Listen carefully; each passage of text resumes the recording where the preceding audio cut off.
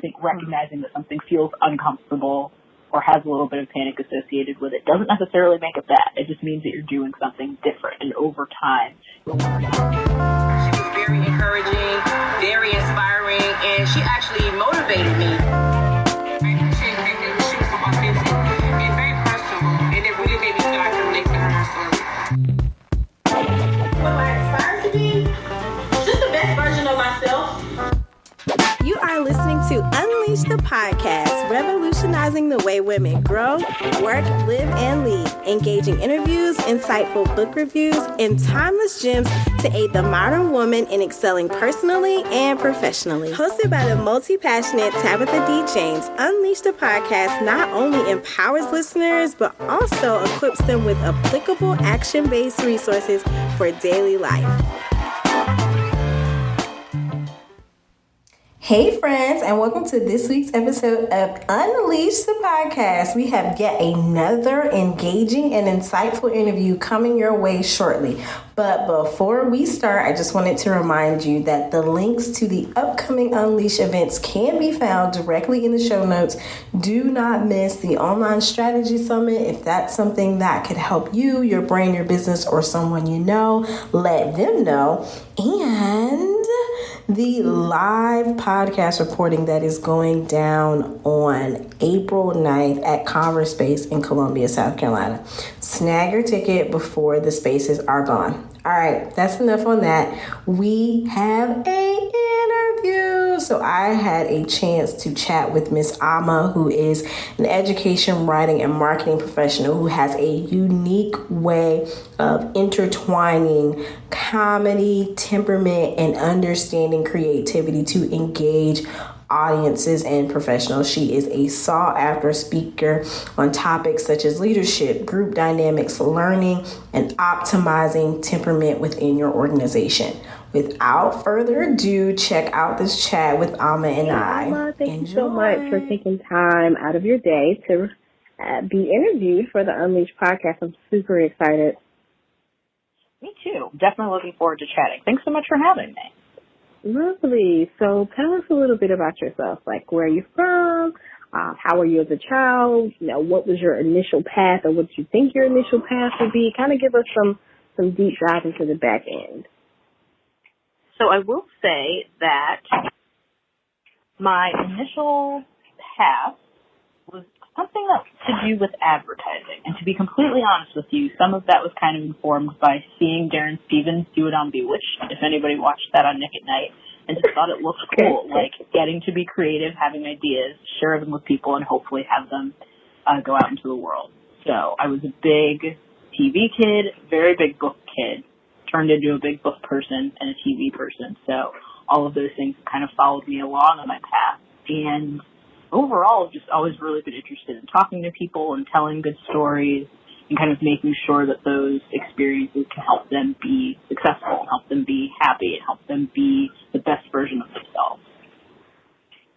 Awesome. Cool. Well, as you talk through some storytelling and different just aspects of that life, how have you, pivoted and changed careers over the years? If you would kind of share with us in a story format of your twists and turns and how that all meshes together. That's a good question. And I think that the best way to probably answer it would bring you down to a very specific month of my career, which was November 2015. So in that moment, my full-time job was being student activities professional at Emmanuel College in Boston, but separately through doing a lot of research, doing a lot of reading and writing, I'd also gotten to do a good bit of speaking at conferences, on other campuses, based on the research that I was doing. And it happened that in that particular month, I had more time scheduled off campus, so away from my typical duties than I did on campus. And I paid really close attention to how I was feeling in each of those situations. And there was this energy and excitement and fulfillment that came when I was gone from campus that I wasn't feeling when I was back in my regular job anymore. So for me, paying attention to that energy and how I was feeling let me know I might need to be doing something a little bit different. And more to the point, if I push a little bit further, this could be the only thing that I'm doing. So I ended up transitioning out of that position about 2 months later, and then starting in 2016, has been doing some combination of that speaking, facilitating, writing, and research, and then increasingly now being able to talk other people through similar transitions when they're starting to notice that that energy is a little bit different or should lead to doing something a little bit different from what they've been doing. Awesome. Wow. And so in that, and here we go where we deviate from the outline a bit, is how were you feeling during that time when you made that shift? So in that threshold at end of 2015, beginning of 2016, what were the feelings as it related to taking such a huge shift into what you felt like was purpose-driven? You knew that that's what you needed to be, or you need to be doing something different. What were the feelings kind of wrapped up in that? So I think there was a sense of relief in that everything that I had been feeling confused about and maybe uneasy about, frustrated or angry about, that absolutely was there sometimes too.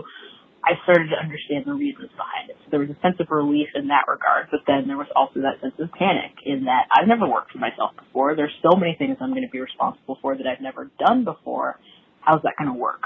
Who's going to help me with it? How do I pull all of this together? So there was definitely an undercurrent of panic that ran all through that time. And I talk to people a lot, like when they're thinking about that transition and they ask like, oh, was it scary? And I'm like, oh, was and continues to be, because there are elements of that panic that persist the whole time. But on the whole, it's been worth it to make that move. So I think recognizing that something feels uncomfortable or has a little bit of panic associated with it doesn't necessarily make it bad. It just means that you're doing something different, and over time you'll learn how to manage those feelings.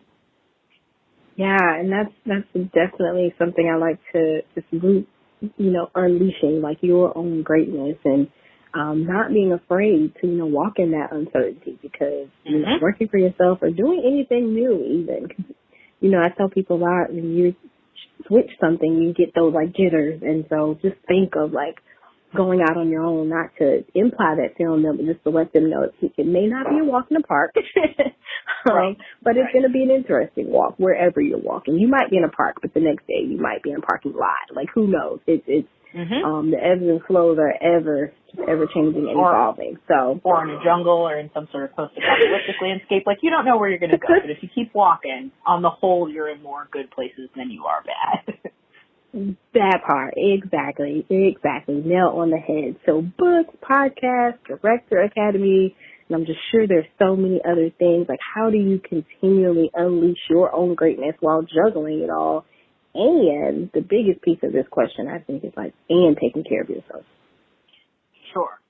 So I think for me, it's all about finding ways to make it a collaborative process. I recognized pretty early that one of the pieces that I'm going to need more than I thought I did, like being an introvert and someone that's very much okay with being alone on their own, there was a part of me that missed having coworkers and having people that I collaborated with. So finding ways to stay in touch with people and stay connected to groups of individuals that cared about things that I cared about, and staying on top of new information based on what other people in the field were learning, just staying connected was something that helped me out a lot with that. And that's even kind of helped in terms of the taking care of myself piece, in the sense of I have really good friends who can tell if I've been going for a long clip, like, stop what you're doing, take tomorrow off. And then they'll check in during the day. What are you doing? Hopefully not at work. And having kind of the people around me to help that process be a smooth one and be maybe not a balanced one, but one that has both work and play involved. And again, thinking about the Director Academy, which is the program that I put together for individuals who are looking to pivot, particularly out of higher education, kind of recognizing that being able to honor that part of you that wants to take care of yourself is okay.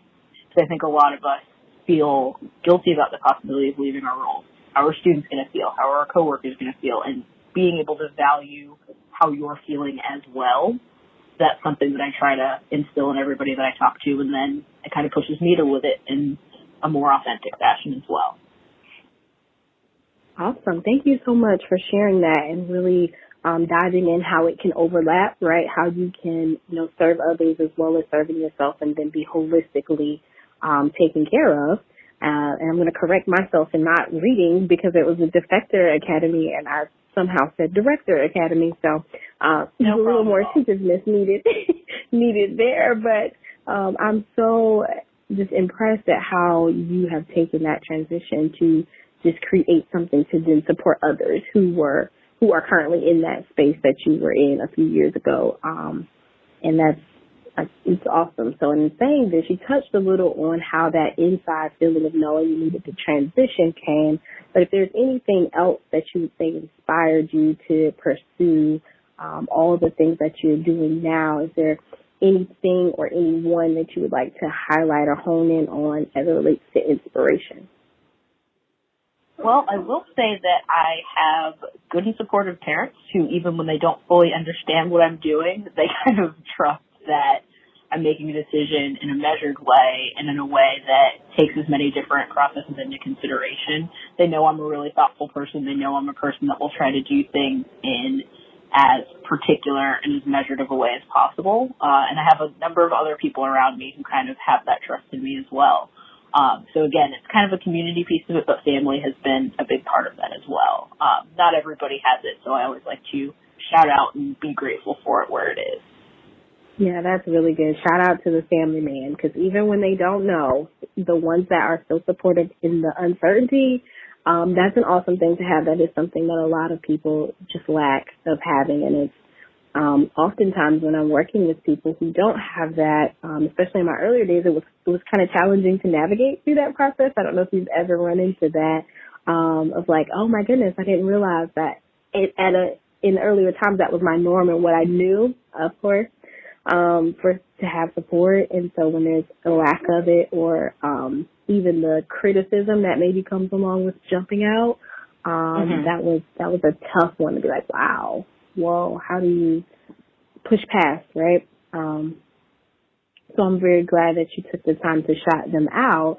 And so now turning gears just a little bit, I did a little snooping, slightly creepy, not all the way creepy, just like slightly creepy, and found on your IG.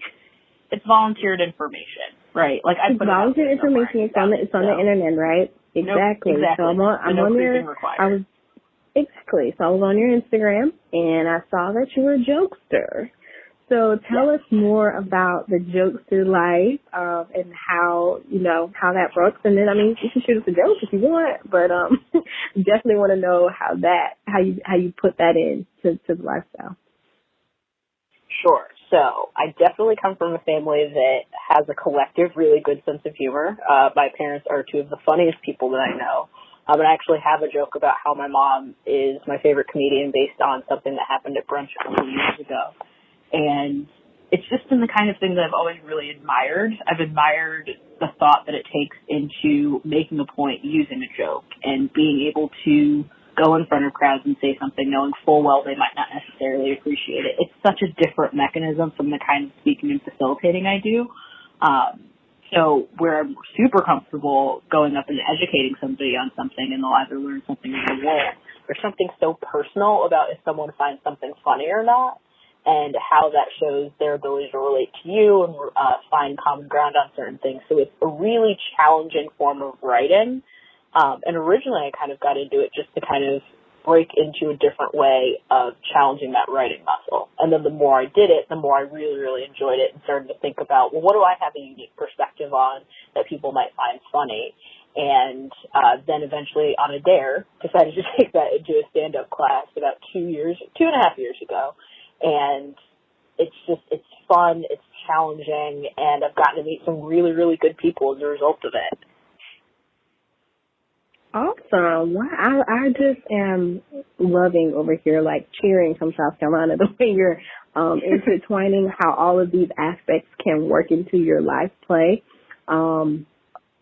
in various ways, right? Because this, as you stated, is such a different way than the everyday, presenting, facilitating, the more just sharp, for lack of better terms, way of connecting with people. But when you have that joke or that more informal way to talk and laugh and connect, there's a different aspect of that. So thank you for sharing. My pleasure. Thank you for sharing. So we're going to take it maybe not way back, 'cause we don't want to feel old, but we're going to take it back a little bit, get a little nostalgic, and say, if you could tell your teenage self, like anything, so sky's the limit here, what would it be? Oh, my goodness. I know. I mean, teenage me was a nerd. Adult me is still a nerd, so I don't know. I think I would say, on the whole, you're going to be okay.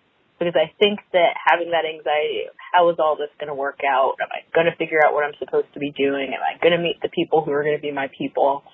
And I think, on the whole, a lot of that maybe hasn't taken care of itself per se. I've done the work and I've put myself in the places where I've been able to find those people, but all the things that teenage me worried about ended up being okay.